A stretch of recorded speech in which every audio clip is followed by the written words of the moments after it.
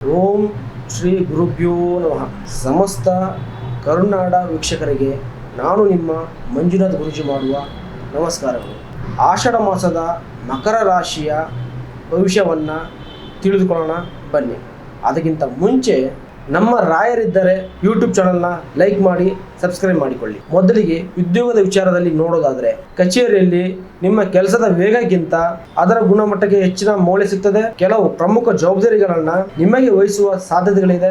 ಖಾಸಗಿ ಕ್ಷೇತ್ರದಲ್ಲಿ ಕೆಲಸ ಮಾಡುವವರಿಗೆ ಹೊಸ ಕಲಿಕೆಯ ಅವಕಾಶ ದೊರೆಯುತ್ತದೆ. ಇನ್ನು ಆರ್ಥಿಕವಾಗಿ ಹಣದ ವ್ಯವಹಾರಗಳಲ್ಲಿ ಲೆಕ್ಕಾಚಾರಗಳು ಮುಖ್ಯವಾಗ್ತದೆ. ಹಿಂದೆ ಮಾಡಿದ ಒಂದು ಹೂಡಿಕೆಯಿಂದ ಲಾಭ ಸಿಗುವ ಸಾಧ್ಯತೆ ಇದೆ. ಆದರೆ ಮಕ್ಕಳ ಶಿಕ್ಷಣಕ್ಕಾಗಿ ಹೆಚ್ಚುವರಿ ಹಣ ಖರ್ಚಾಗ್ತದೆ. ಸಾಲ ತೆಗೆದುಕೊಳ್ಳುವ ಅಥವಾ ಸಾಲ ನೀಡುವಾಗ ಮೊದಲು 2 ಬಾರಿ ಯೋಚನೆ ಮಾಡಿ. ಇನ್ನು ವ್ಯಾಪಾರದಲ್ಲಿ ಗುಣಮಟ್ಟವನ್ನ ಕಾಪಾಡಿಕೊಂಡ್ರೆ ಗ್ರಾಹಕರ ವಿಶ್ವಾಸವನ್ನು ಮತ್ತಷ್ಟು ಹೆಚ್ಚಾಗ್ತದೆ. ಉತ್ಪಾದನೆ, ಕಟ್ಟಡ ನಿರ್ಮಾಣ, ಕೃಷಿ ಹಾಗೂ ಯಂತ್ರ ಉಪಕರಣಗಳಿಗೆ ಸಂಬಂಧಿಸಿದಂತ ವ್ಯಾಪಾರ ಮಾಡ್ತಾ ಇದ್ರೆ ಅನುಕೂಲಕರವಾದಂತ ಬೆಳವಣಿಗೆ ಕಾಣ್ತೀರಾ.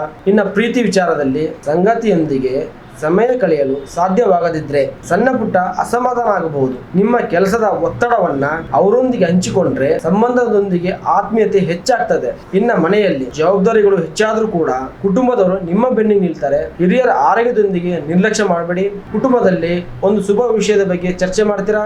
ಇನ್ನು ಆರೋಗ್ಯದ ವಿಚಾರದಲ್ಲಿ ನೋಡೋದಾದ್ರೆ, ಹೆಚ್ಚು ಹೊತ್ತು ಒಂದೇ ಸಮಯದಲ್ಲಿ ಕೆಲಸ ಮಾಡುವವರು ಮಧ್ಯೆ ಮಧ್ಯೆ ವಿಶ್ರಾಂತಿಯನ್ನು ಪಡೆಯಿರಿ. ಎಣ್ಣೆಯುಕ್ತ ಆಹಾರವನ್ನು ಕಡಿಮೆ ಮಾಡಿ. ನಿಮ್ಮ ರಾಶಿಯಾಧಿಪತಿ ಶನಿ ಆಗಿರುವುದರಿಂದ ಪ್ರತಿ ಶನಿವಾರ ಓಂ ಶನಿ ಶನೇಶ್ವರಾಯ ನಮಃ ಈ ಮಂತ್ರವನ್ನ 108 ಬಾರಿ ಜಪ ಮಾಡಿ ಶ್ರೀ ಶನೇಶ್ವರ ದೇವರ ಆರಾಧನೆ ಮಾಡಿ ಕಪ್ಪು ಎಳ್ಳು ಹಾಗೂ ಉದ್ದಿನ ಬೇಳೆಯನ್ನ ದಾನ ಮಾಡಿದ್ರೆ ಶನಿ ದೇವರ ಅನುಗ್ರಹದಿಂದ ಅಡಚಣೆಗಳು ಕಡಿಮೆ ಆಗ್ತದೆ, ಯಶಸ್ಸು ದೊರೆಯುತ್ತದೆ. ಇದಾಗಿತ್ತು ಆಷಾಢ ಮಾಸದ ಮಕರ ರಾಶಿಯವರ ಭವಿಷ್ಯ. ಈ ವಿಡಿಯೋ ನಿಮಗೆ ಇಷ್ಟವಾದರೆ ನಮ್ಮ ರಾಯರಿದ್ದಾರೆ ಯೂಟ್ಯೂಬ್ ಚಾನಲ್ನ ಲೈಕ್ ಮಾಡಿ ಸಬ್ಸ್ಕ್ರೈಬ್ ಮಾಡಿಕೊಳ್ಳಿ. ನಮಸ್ಕಾರ.